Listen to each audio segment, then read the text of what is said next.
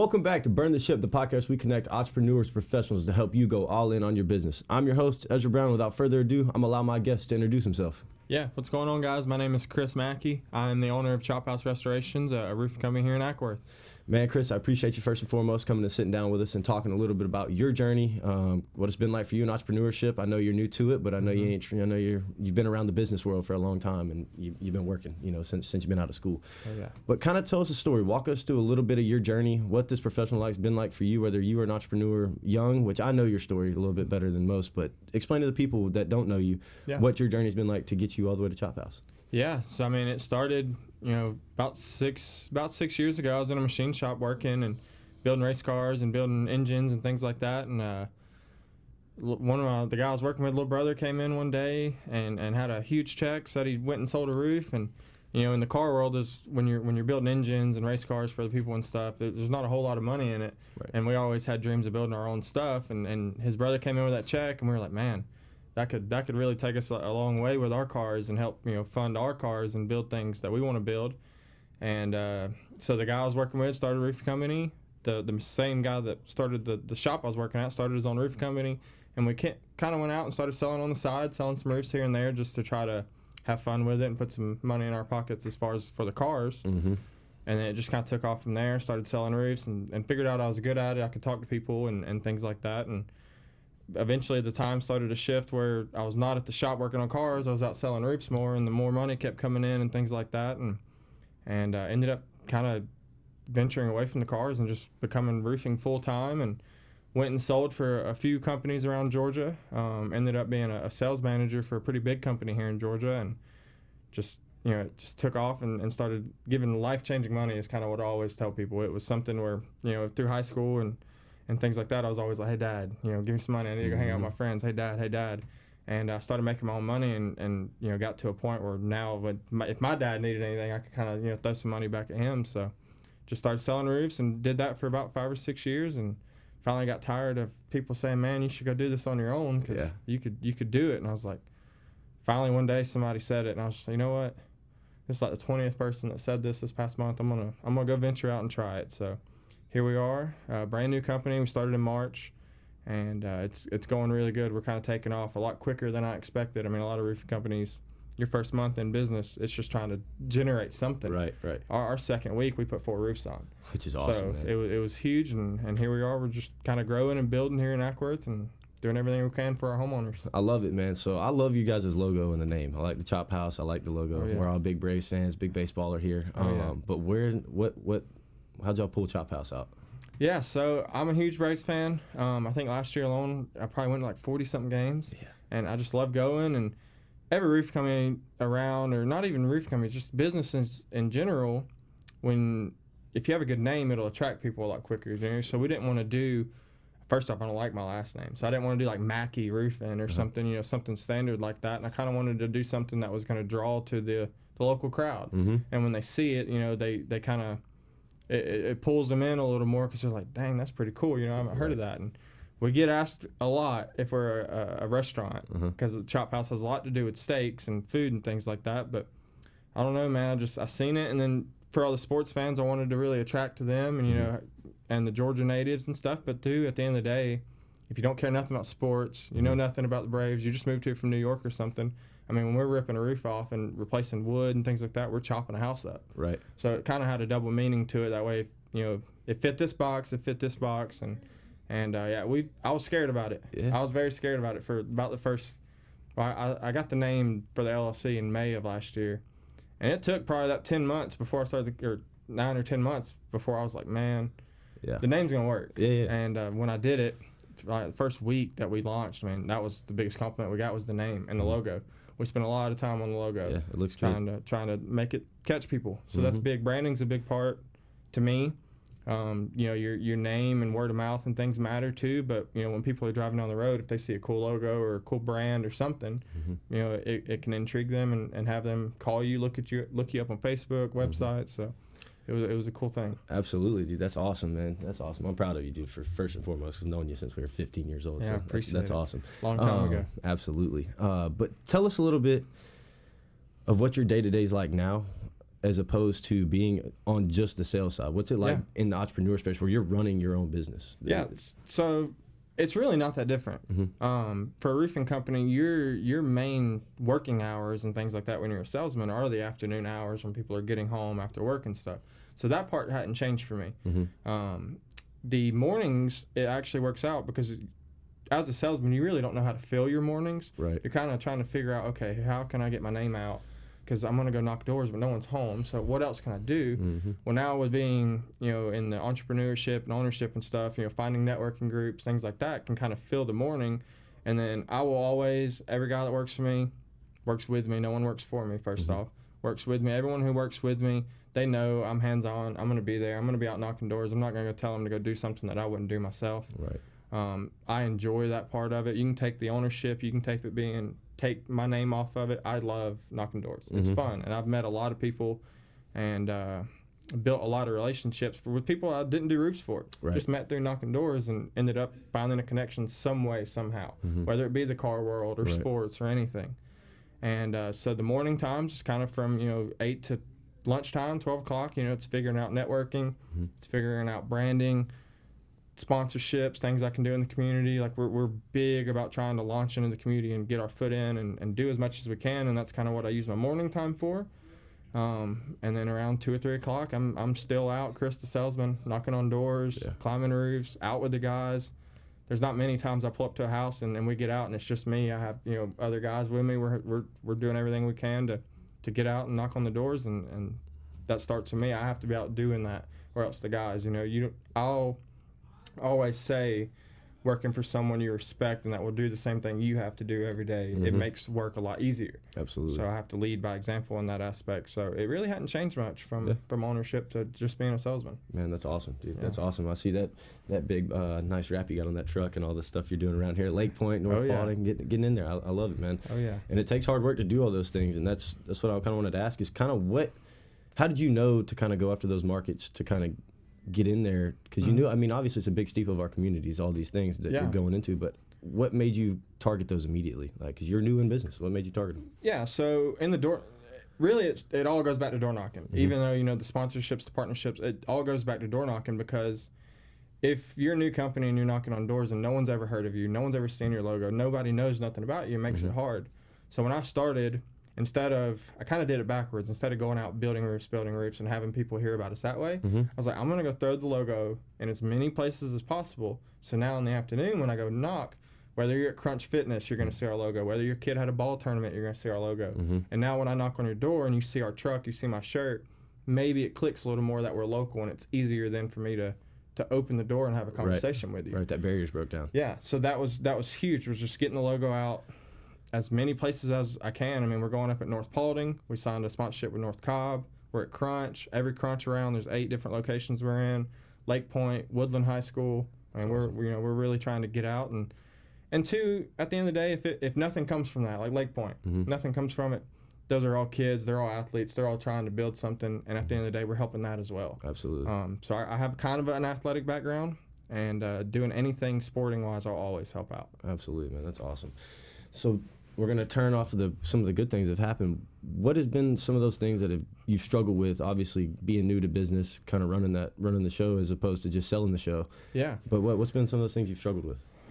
Well, man, competition. Okay. Competition. The roofing market, we hit a boom around COVID. It hit a really big boom, which I know sounds crazy, but for door knocking, everyone was home. So we hit a boom, and I'm a product of that. I got into it right before, but COVID is what kind of skyrocketed me, as far as a salesman and numbers and things like that. But competition, every corner you turn, there's a roof coming, which is not a problem. Everything in the world needs a roof, so you need that you need people out there providing it, whether it's me, other companies. We need roofing companies.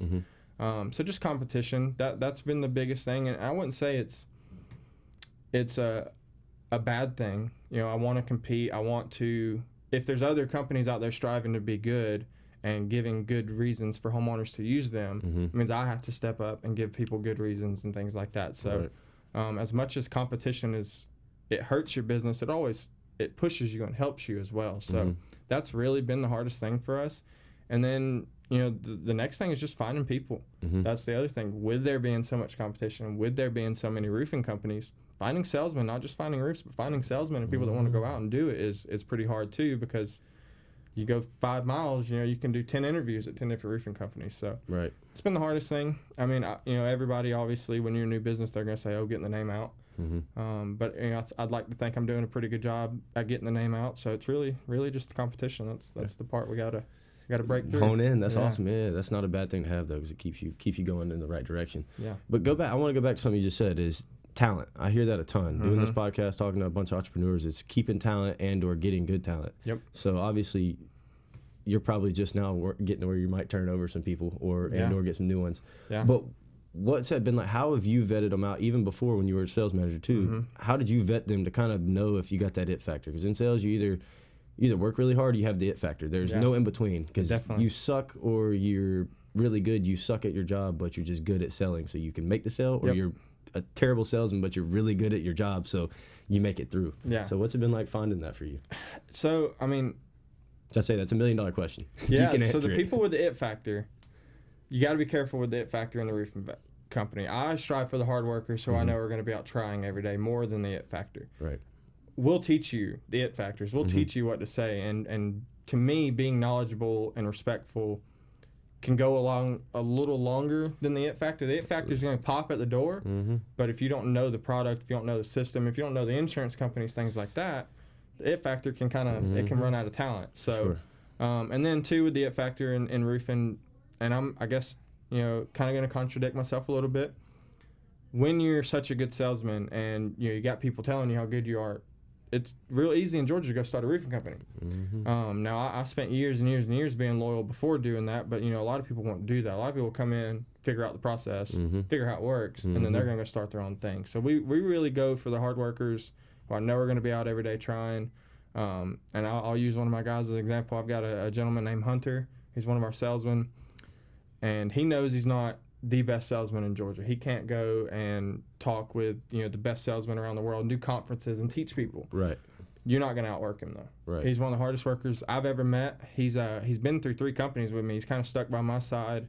He's one of those guys that I know I can count on, I can depend on, and that's kind of the people we look for is, are you out trying? Because he'll go sell a roof and turn that roof into, okay, well, let me go to sell 5 or 6 more, where some people and nowadays we'll go sell one and then they'll go relax. So that's usually the it factor people. They're going to go, take their vacations and have their fancy dinners. So which there's nothing wrong with that. Do it, did you please? Yeah, everybody to each their own. We go for the hard workers, and usually the people that I've found so far to be the best in it are people that didn't come from sales. So people who came from like car sales and things like that. It's a little harder to kind of change the way they sell because they're molded. They've been doing it for so long. They're molded to the paperwork. Yeah. So we look for the hardworking. Hunter was, I think he was a service tech at Mavis Tire. He managed a Mavis Tire. We look for those. I got a welder now who welded for the last 7 or 8 years. He's a hard worker. That's what we love. Right. You can't teach the passion and the ability to want to go work. Absolutely. You can't teach that, those things. And they're hard to find. You got to have that. They're hard to find. Especially in roofing. Because at least I'll speak for Chop House in general. I'm not on their guys' backs every day saying, hey, wake up, go knock. It is a very self-motivating. So finding people who are self-motivated, that's the key. Absolutely. Especially they're 1099 workers. Oh yeah. So it's on you anyway. Yeah. So if you don't want to make no money today, if you want to starve, you starve. Yep. And that's what we tell them when they come in. And I think that's the scariest part about hiring people. When people come in for our interviews, we say that. And I've had countless interviews that was the end of the interview, even though the ad said it and they come in. That's a scary part. So finding the people that understand that and know that you're only going to make what you put in. And that's a big, I tell people that all the time is, you want to make it, go get it. Absolutely. I appreciate you sharing that with us. And then I got something else for you, is back to the good stuff, is what areas do y'all cover and what are y'all looking for? Obviously, are y'all going more commercial or is it mostly residential? Yeah, so we're mostly residential. Our main 3 counties, I would say, would be your Paulding, Cobb, and Cherokee. We will go anywhere. Like Hunter, the gentleman I just mentioned, he was in Commerce yesterday. We'll go anywhere that we get called. We're never going to turn a homeowner away and say, no, we won't help you. whether it's a low-end market, a high-end market, Buckhead, Roswell, or Rockmart, Cedartown, it don't matter. We're there for whoever needs us. But we're based right here in Ackworth. It's kind of where we're planting our roots. It's where we're getting out in the community. So pretty much anything Northwest Georgia, I guess you could say, is where we want to call home. And then as far as like what we're looking for, man, roofing, gutters. We do a lot of exterior work like fascia, soffit. Springs here, so we're getting or springs past now. We've gotten a lot of gutter cleanings. We'll come out, we'll handle that. There's not a job that's too big or too small for us. We can handle whichever way you need to. Whatever you need is what we are there for. Yeah, I was about to say, so you got the restorations on there, so it's more than roofs, but roofs just the target market right now. Yeah, well, we're definitely, if you ask me, we're a roofing company. The reason, and I get asked this a lot, restorations. We do restoration work. I've done plenty of fire restoration, water mitigation, all kind of that stuff. So I put the restorations on the name. That way in 5, 6, 7 years, I can have that space to grow into and not have to change the name or DBA or anything like that. Not have to just open up a new LLC or something. Yeah, and going back to the harder stuff, that's one of the hard things so far is we get asked all the time. Or not asked necessarily. People see restorations and they don't click roofs. So that has been a hard thing, is kind of switching people's mindset to the roofing, that we're a roofing company first, basically. Right. But yeah, we put restorations on there. Pretty much anything exterior home, you can give us a call, we'll help out.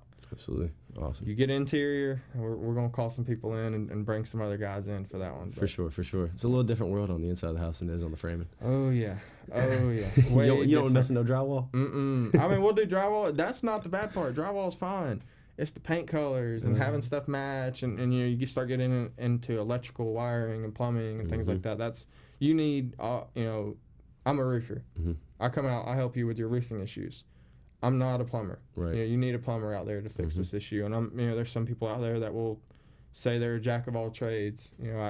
That's great. You can be that thing. But when you're a jack of all trades, they always say you're a master of none. Yeah, absolutely. So I'm a roofer. I've got plumbers, I've got electricians and things, but I'm a roofer at heart. Absolutely. But that also goes a testament for you guys' work, though, because most people would just be like, I'll do it. I'll do all of it. You know what I mean? The next thing you know, you've wound up with a $40,000 bill that was a $30,000 job or $20,000 job. Yeah. If someone calls me and asks us for something and I know I can't give them an amazing product that they want to leave a good review on, if I'm hesitant at all, I'm probably going to walk away and have no problem doing that, because that's what the homeowner needs. They don't need someone to say, oh, yeah, I'll do it. I'm not going to do it good, but I'll do it, and just think about the money. No, we're in a customer service business. Right. You got to make them happy and do what they want. And if I can't fulfill and do that to the best of my ability, I'll walk away. Absolutely. You segued me into a new one, to another question, which would be, what is your ideal client? If you had to draw it up on a board, what would it be? Man, ideal client would really just be a homeowner in a market that gets hit with storms all the time, so like your Northwest Georgia, your Cartersville, your Canton, up to like Cumming and things like that, especially this year, we're getting a lot of storms coming through.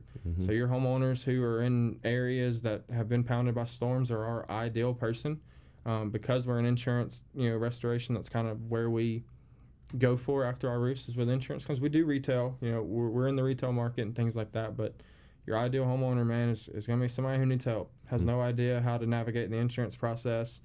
A lot of roof companies are scared of your Allstate, your State Farm, so really, if you want to go all the way down to that specific, our ideal person is someone with Allstate or State Farm who has no idea what to do. They hear all the negativity about it, and they don't want to file a claim. We're here to help you file that claim, work it, and save you money. Absolutely. That's kind of something I used at a previous company I was at a couple years ago. There was a rule that if Allstate or State Farm came in on a claim for a homeowner, it got passed to me, because I'm the one who's going to handle it. They put up a lot of walls, and I know how to kind of break them down and get over them walls. It might take some time, but I'm pretty good at doing that and winning the long game. So Absolutely. If you're a homeowner and you're scared because you have Allstate and you hear all the negativity, and they're in the media right now for some pretty bad stuff, it's not that big of a deal. They'll take care of you. It's just having the person there to push them to take care of you. And somebody knows what they're talking about. Exactly. Absolutely. Exactly. Absolutely. We get told every day. I'm sorry to cut you off. We get told every day, man. We knock on doors and they're like, "Oh, I have Allstate. You're gonna turn around and walk away now, aren't you?" We hear about so many roofing companies that will knock on a door. The homeowner will say they have Allstate, and the guys will turn around and literally walk off. They want the quick $2,000. They don't want to work for it. Exactly. And so I guess we're here to fill that void. For those that walk off, we'll walk in and take over and kind of we'll get that claim worked out for you. That's awesome. That's awesome stuff. Appreciate you sharing. And the last two questions I ask all my guests. The first one is going to be, what do you want to do with your time? Chris, whenever say that you got this thing up and running, we're going to say 5 years from now, you've made it to the restoration world, you're doing 10 M's a year in profit. Yeah. What are you doing with your time? Man, I mean, to be completely honest with you, I don't want to change. I want to stay in it, doing it. I don't care. The company I sales managed at, I mean, we were a $4, $5, $6 million company. Mm-hmm. You know, there was every opportunity to go chill, hang out, go on vacation, Absolutely. Things like that. I don't want to do that because I want to build something that in 10, 15, 20 years, when I have hopefully a teenager growing up and, you know, is kind of lost, because I feel for the 18, 19-year-olds nowadays, because with social media, with video games, with all this stuff, there's so many ways to make money. But if you don't have a good way to go make money in a popular business or structure or anything, and you have to go do blue-collar work or anything, mm-hmm. having someone who kind of can hold a hand out, bring you in, right. and teach you the ropes. That way when you're 18 or 19, you're out here making, you know, grown man money, grown family money, and can support yourself and stuff. That's kind of where I want to be in 10, 15 years. I want to have a kid that can come up and know he's not going to have to worry about finding a job. Right. Or, you know, am I going to get paid, or, you know, what am I going to do? Because the world is expensive, and, you know, buying a house and things like that, starting a family, it's a big deal. I want to be able to pass this down to my kid, and hopefully him pass it along, you know, build something here for the future. So my time is going to be giving everything I can to this company until I can't anymore. Absolutely. Or until my girlfriend, soon to be fiance, hopefully, says, no, you know, we're tired of you being gone all day and working. Yeah. But my time is going to be out knocking doors. I truly enjoy it. Yeah, enjoy it. That's awesome. Sounds like you're in the right spot then, man. Yeah, God put you in the right position. Yeah. I love talking to people. And I've met some of the coolest stories that always started out. I've had some scary things turn into amazing stories and friendships. I've been there to help some homeowners that had nothing to do with roofing, that had some health issues at the door. Like, man, there's all kind of stuff that this industry has gave me that I've been able to grow relationships and meet people and build connections with, and I want to continue that. Absolutely. And you probably tell a lot about industries that you don't even work with just because you've heard it at networking groups and you never care about, you know what I mean? Oh, yeah. Things like that. That's awesome. I had no clue that I met a lady in a networking group this week who does a hypnosis. Yeah, company.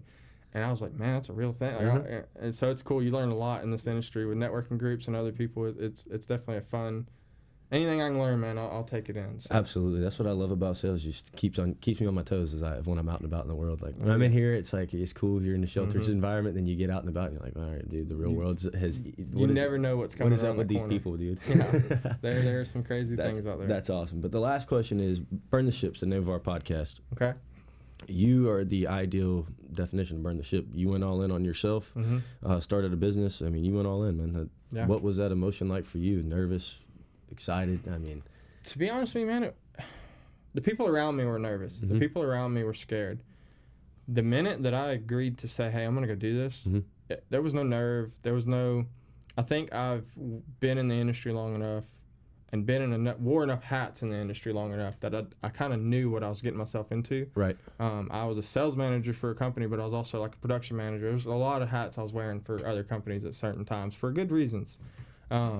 So I really wasn't nervous. I was actually excited because I knew that I could take all the negative mm-hmm. from anywhere, and, you know, not that anyone's doing anything negative, but if there's something I wanted to tweak or change, I knew now I could do that. Right. And I kind of, with being on the sales side and being out at the houses, I mean, I started out when I first started roofing, I was being the project manager, sitting out the job all day watching the roofs go on. Mm-hmm. That's a big key for our company is when you get hired, you're going to go project manage mm-hmm. so you know what is going on during the job. Right.